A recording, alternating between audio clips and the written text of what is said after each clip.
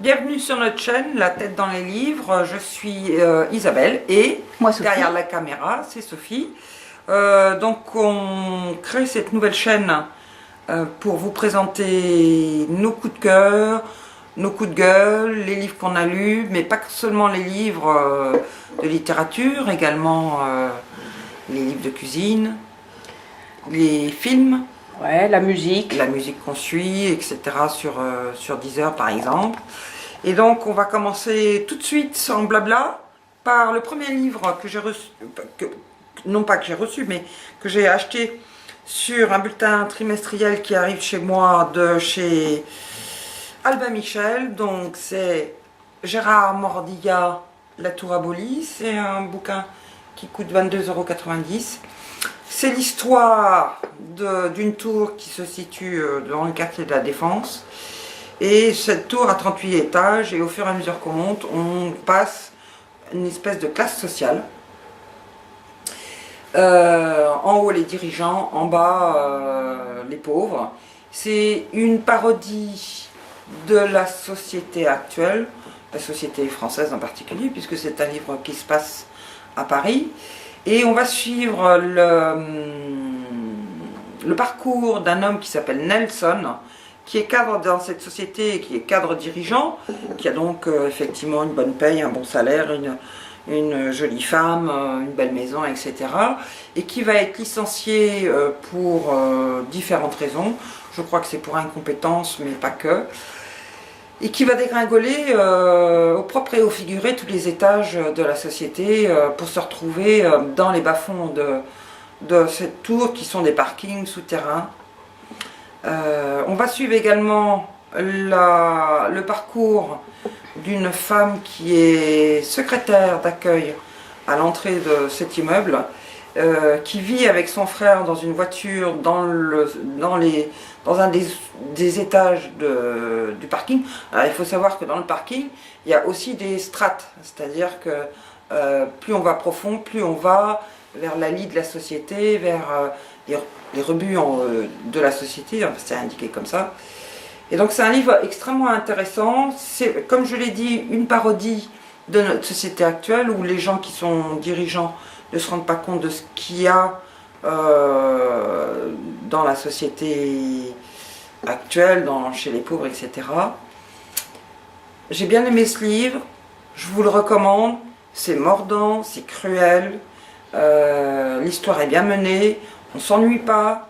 Et la fin est quand même intéressante, super. Donc voilà, Gérard Mordillat, La Tour abolie, chez Albin Michel. Ensuite, j'ai lu, je viens de finir il y a quelques jours, un livre qui s'appelle Les Passeurs de livres de Daraya, de Delphine Minouy. Je crois que j'avais vu ce livre sur la grande librairie il y a quelques temps. Je l'avais mis dans ma wishlist et puis je l'ai commandé récemment. C'est un livre qui fait 160 pages à peu près, qui coûte 16 €. C'est l'histoire du journaliste qui est en contact avec des rebelles dans une petite ville qui s'appelle Daraya et qui est proche de Damas. Cette ville est encerclée par la junte militaire de Bachar el-Assad, et donc sous les bombardements.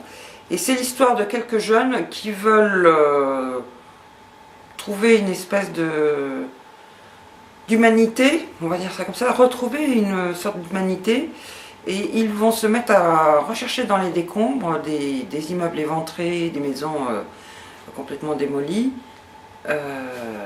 des livres pour reconstituer une bibliothèque. Alors des livres non pas agrémentés par le régime bien évidemment, mais des livres plutôt culturels, subversifs, etc. Ils vont constituer une bibliothèque secrète dans un sous-sol d'un immeuble ou d'une maison, d'un immeuble je crois. Et c'est toute leur histoire. Alors c'est a priori, je dis bien a priori parce que je n'ai pas la confirmation. Si c'est tiré d'une histoire vraie. Alors c'est une histoire vraie. C'est un point de vue sur la guerre en Syrie. Ces rebelles ne sont pas des rebelles qui sont affiliés à Daesh, mais plutôt des rebelles Et donc c'est en ça que c'est un éclairage politique assez intéressant. Des rebelles qui prônent la démocratie et qui veulent la démocratie face à tout le monde le sait, un régime extrêmement dur. Ça se lit très vite, c'est très intéressant. Et je vous conseille de le lire. Les passeurs de livres de Daraya, de Delphine Minoui, chez Seuil. Voilà. Ça me fait penser à aussi, pas dans le domaine des livres, mais en Syrie, il y a quand même beaucoup de gens. Ce n'est pas qu'un pays sous les bombes et sous les gravats. Il y a également un danseur étoile, qui a beaucoup dansé à Damas, et il me semble aussi à Alep, qui dansait dans la rue. Et qui défiait les snipers et qui a migré, ça fait partie des migrants qui a migré et qui est maintenant en Europe. Voilà, c'est dans le même esprit. Il y a beaucoup de résistance et de résistance par la culture. Donc moi, dans ce livre, ce qui m'a intéressé, évidemment, c'est d'avoir une vision un peu différente de ce qui se passe en Syrie, mais pas que, et c'était pas là l'objet de mon achat, enfin le but de mon achat. C'était vraiment cette passion pour les livres qu'ils ont et qu'ils arrivent à récupérer dans toutes les maisons, etc., d'érudits ou pas, et de les mettre à disposition de la population, et ça donne un sens nouveau à cette ville de 10 000 ou 12 000 habitants qui est complètement encerclée par les forces de Bachar al-Assad et qui vient à la bibliothèque secrète, clandestine, pour se raconter des histoires, pour raconter des histoires. Enfin, c'est un très beau livre sur les livres. Troisième livre, c'est un thriller, un premier coup d'essai, comme indiqué sur la première de couve, de Mathieu Ménégo, Je me suis tue. C'est un petit livre qui fait 150 pages à peu près, qui se lit en 2 heures. C'est l'histoire d'une femme, on va suivre une femme qui s'appelle Claire, qui est un peu bobo, bourgeoise, qui a de l'argent, qui a un bon métier, qui a un bon mari, qui n'a pas d'enfant, mais vous comprendrez dans le livre pourquoi, et qui décide un jour qu'ils sont invités chez des amis à un dîner, de rentrer seule, à vélo, par son circuit habituel, sauf qu'il va se passer un événement tragique, traumatique, et c'est toute l'histoire de cet événement. On est dans la tête de la victime, on comprend ce qui se passe, et on en vient à une fin qui est quand même assourdissante. C'est un premier roman comme ça indiqué, bouleversant sur qu'est-ce qui se passe dans la tête d'une femme qui a eu ce type d'événement, et ça se lit d'une traite. C'est indiqué aussi une tragédie moderne, ça pourrait être c'est effectivement une tragédie moderne comme on en entend parler dans les radios et les télévisions. Donc à recommander, ça coûte 6,20 € et c'est chez Point. À moi de vous présenter quelques livres, et mon rayon, ça sera plutôt la cuisine, les livres de cuisine. Donc je vais vous présenter 2 livres. Le premier, ça s'appelle Fruits et légumes. C'est aux éditions Solar. C'est des livres, ça fait partie des livres qu'on achète dans les stations d'autoroute qui s'appellent ENI, E-N-I. C'est des très bons livres et qui sont bradés. Donc celui-là, il est normalement à 20 € et on l'a acheté aux alentours de 6 €. Et l'originalité de ce livre, c'est ça prône l'anti-gaspillage. Et donc, ils vont prendre un fruit ou ils vont prendre un légume et ils vont faire des recettes en utilisant tout ce que peut offrir le fruit ou le légume. Je vais vous montrer, par exemple, voilà. Je vais vous montrer par exemple l'artichaut. Eh bien, ils vont faire une recette avec les feuilles et ils vont faire une recette avec le pied, par exemple.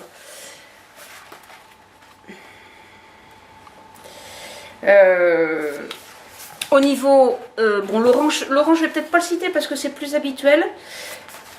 Par exemple, la courgette, ils vont faire une recette avec la chair et une recette avec la peau. Moi, j'ai fait déjà une recette sur ce livre avec le concombre. Donc, le concombre, ils utilisent la chair, par exemple, pour faire du tzatziki. Et puis, j'ai fait de la limonade de concombre et on utilise les plures. Voilà.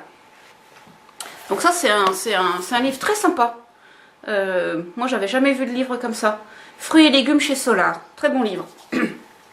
Et puis le deuxième, c'est un livre sur la street food, donc la cuisine de rue au Mexique.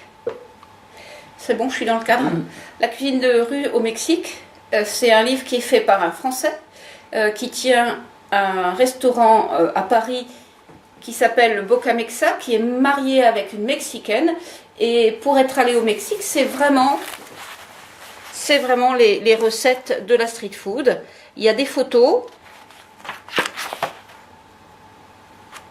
Et puis il y a des recettes, et comme c'est des recettes de street food, c'est des recettes qui sont faites avec peu d'ingrédients, pas chers. Donc c'est une cuisine, moi, que j'aime beaucoup. Et puis dans les livres de cuisine, ce que j'aime par-dessus tout, c'est des livres de cuisine qui ne sont pas simplement des livres de cuisine, c'est des livres de cuisine qui racontent une histoire. Donc voilà, c'est des photos qui ne sont pas simplement des photos de recettes, mais des photos de la vie courante. Et puis l'auteur qui raconte un petit peu sa vie. Très bon livre, j'aime beaucoup. Quelle édition, quel prix? C'est un livre qui est un peu cher, parce que c'est un petit format, qui fait 20 €, mais moi je trouve que ça les vaut. Et c'est chez Kéribus. Voilà. Très bon livre. Et puis, je vais finir mon petit passage sur cette chaîne en vous montrant, voilà, le livre de Stephen King, Shining, et puis le film de Stanley Kubrick, Shining. Alors, toi, tu as lu le livre récemment? Moi, j'ai fini le livre il y a quelques jours. Qu'est-ce que tu en as pensé? C'est un très bon livre. C'est un très bon livre pour commencer à lire du Stephen King. C'est pas non plus... Je pense qu'aujourd'hui, on trouve des romans, des thrillers, etc., qui sont d'aussi bonne facture. C'est un livre qui mène un peu le fantasy et le thriller. Ça se lit très bien. Si vous regardez le film sans avoir vu le livre, lu le livre, vous allez être un petit peu perdu, parce qu'en fait le film est quand même librement adapté du bouquin. Il est très librement inspiré du bouquin. Très librement inspiré. Alors évidemment, le livre de Stephen King, il fait 600 pages, donc c'est une pavasse, donc on ne retrouve pas tous ces éléments dans le film. Mais et le film de Shining a pas tellement vieilli, hein, on l'a regardé.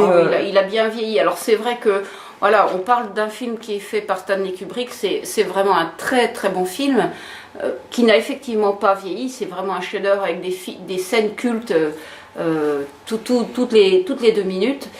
Mais c'est bien de mettre en parallèle.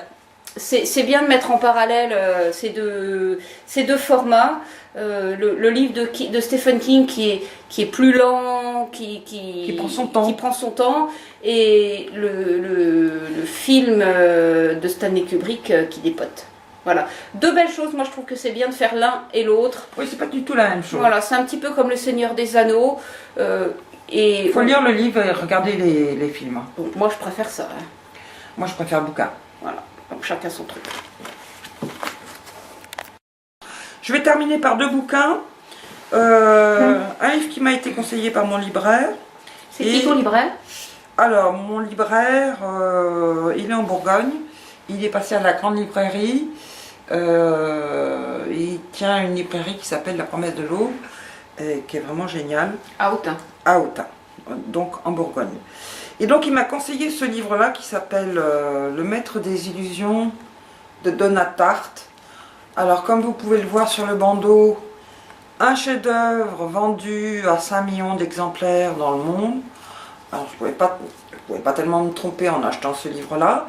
C'est l'histoire, on suit Richard, qui est un jeune Américain qui fait des études, qui rentre à l'université pour faire des études littéraires, et qui vient d'un milieu social assez pauvre, et qui est fasciné par un petit groupe d'étudiants qui suivent les cours d'un professeur qui s'appelle Florian, qui suivent des cours d'ancien grec et latin.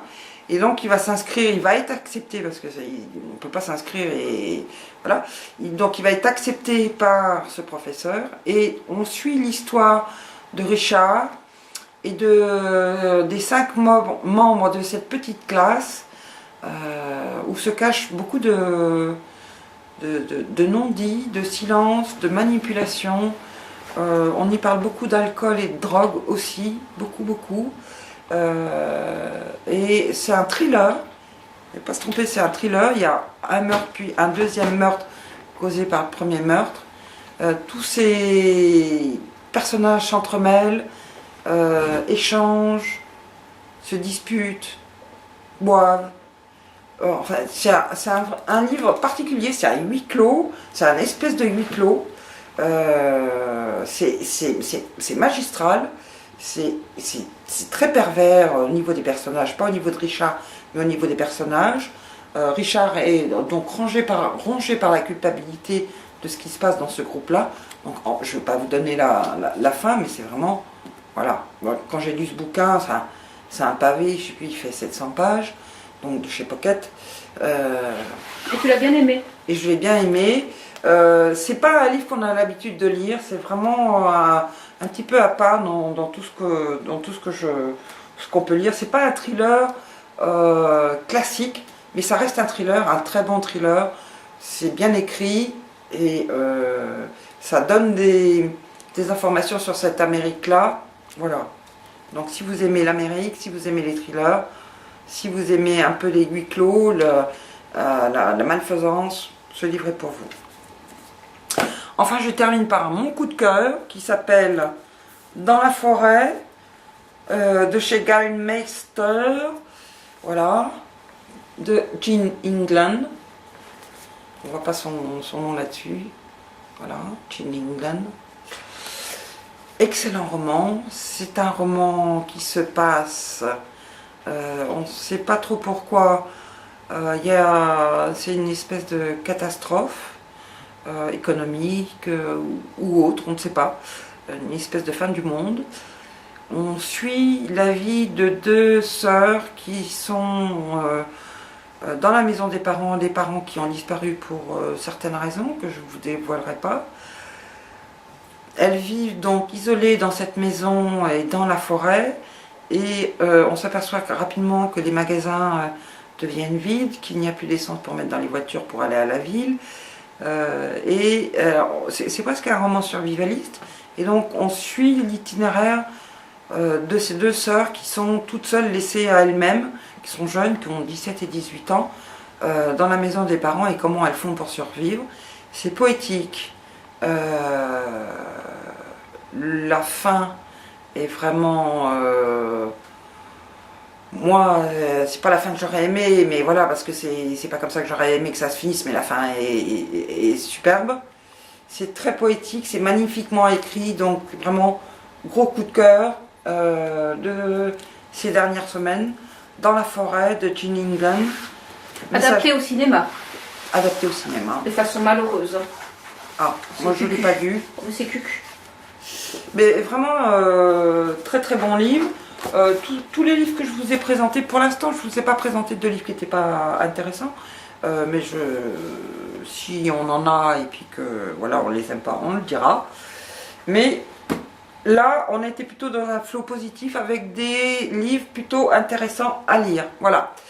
On vous remercie d'avoir visionné cette vidéo. À bientôt sur notre chaîne La Tête dans les livres.